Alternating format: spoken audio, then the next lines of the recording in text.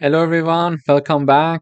In today's video, we would like to write a program to simulate a lottery draw by generating 6 unique random numbers between 1 and 49. To do that, I am using the random library. So I need to use the import keyword in order to have access to this library. Then I am initializing an empty set that is called lottery numbers. It is equal to set with empty parentheses. Basically, it is going to create an empty set for us. Then using the len function,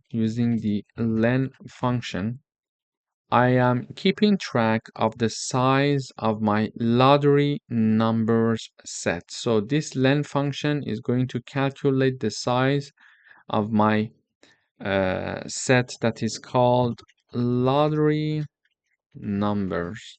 Okay, so we are typing down a while loop, and as long as the length of this set is lower than 6, take this set and add random numbers. How? I take the name of the set dot and use the AND function, and in parentheses we are typing down random dot rand int. So it is going to randomly generate an integer number for us, and it is going to range from 1 to 49 here for us. Okay, and that generated number randomly is going to be using the add function and being inserted to these lottery numbers, and then it is going to go back up, measure the length of this set for us to see how many elements are there.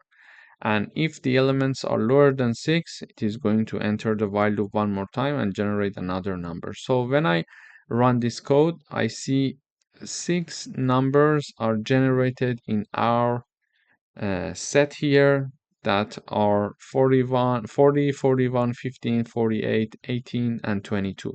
So if I run the code one more time, we see that the numbers will be different with these ones. So when I run this time, I'm having 6, 8, 42, 12, 46, and 25.